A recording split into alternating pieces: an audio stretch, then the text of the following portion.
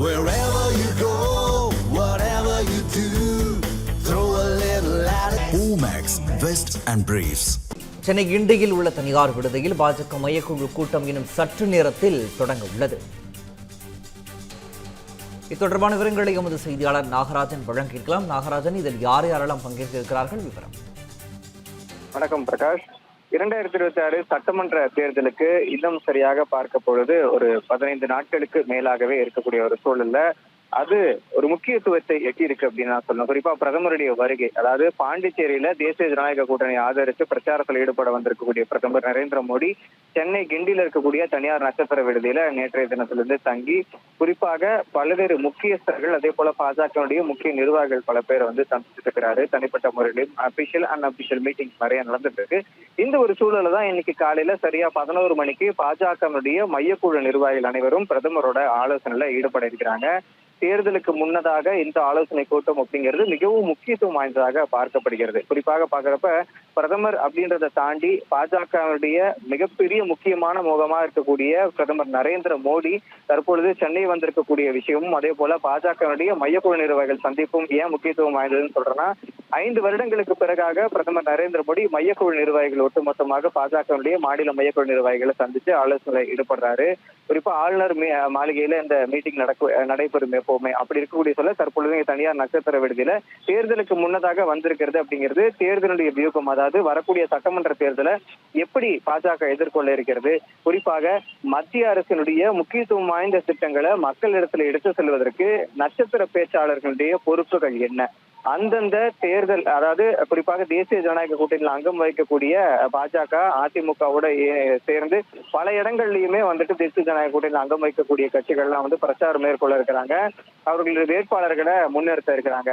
அப்ப வேட்பாளர்களை முன்னிறுத்தும் பொழுது குறிப்பாக மத்தியில இருக்கக்கூடிய அதாவது டபுள் இன்ஜின் சர்க்கார் அமைய வேண்டும் என்று எண்ணக்கூடிய பாஜகவும் சரி அதிமுகவும் சரி மத்திய அரசுடைய திட்டங்கள் எல்லாம் எப்படி எடுத்துட்டு போகணும், மக்கள் இடத்துல என்னென்ன திட்டங்கள் இருக்கிறது, அதே போல என்னென்ன நன்மைகள் பயக்க செய்யப்பட்டிருக்கிறது, தமிழ்நாட்டிற்கான திட்டங்கள் எப்படி வழங்கப்பட்டிருக்கிறது, ஒருவேளை இருவரும் சேர்ந்து ஆட்சி அமைக்கிறப்ப எந்த விதமான சூழல்கள் வரும்ன்றதை முன்னிறுத்தி தான் அடுத்த கட்டமா தங்களுடைய பிரச்சாரங்களை மேற்கொள்ள இருக்கிறாங்க. ஏற்கனவே 27 பேர் அடங்கி இருக்கக்கூடிய பட்டியலானது வெளியாக இருக்கிறது, வேட்பாளர் பட்டியல்.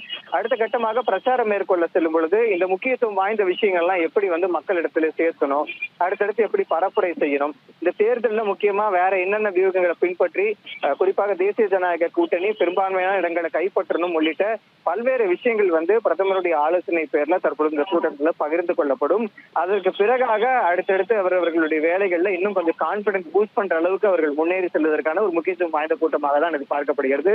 இந்த கூட்டத்துல குறிப்பா பாஜக மாநில தலைவர் நயினார் நாகேந்திரன், அதே போல மத்திய இணையமைச்சர் எல் முருகன், பாஜக சட்டமன்ற உறுப்பினர் வானதி ஸ்ரீனிவாசன், பாஜக மூத்த தலைவர்கள் தமிழிசை சவுந்தரராஜன், பொன் ராதாகிருஷ்ணன் உள்ளிட்ட பலரும் பங்கேற்றிருக்காங்க.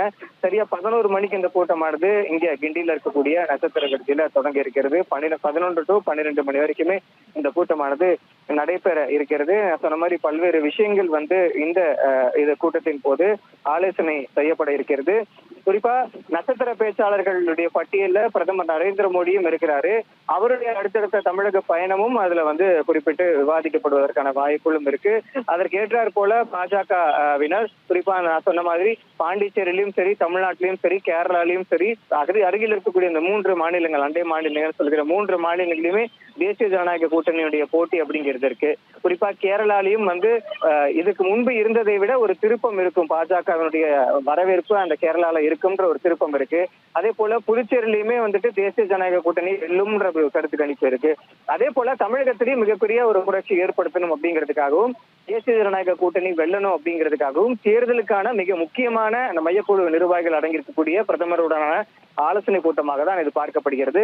சரியா 11 மணிக்கு இந்த கூட்டமானது தொடங்க இருக்கிறது. பிரகாஷ்,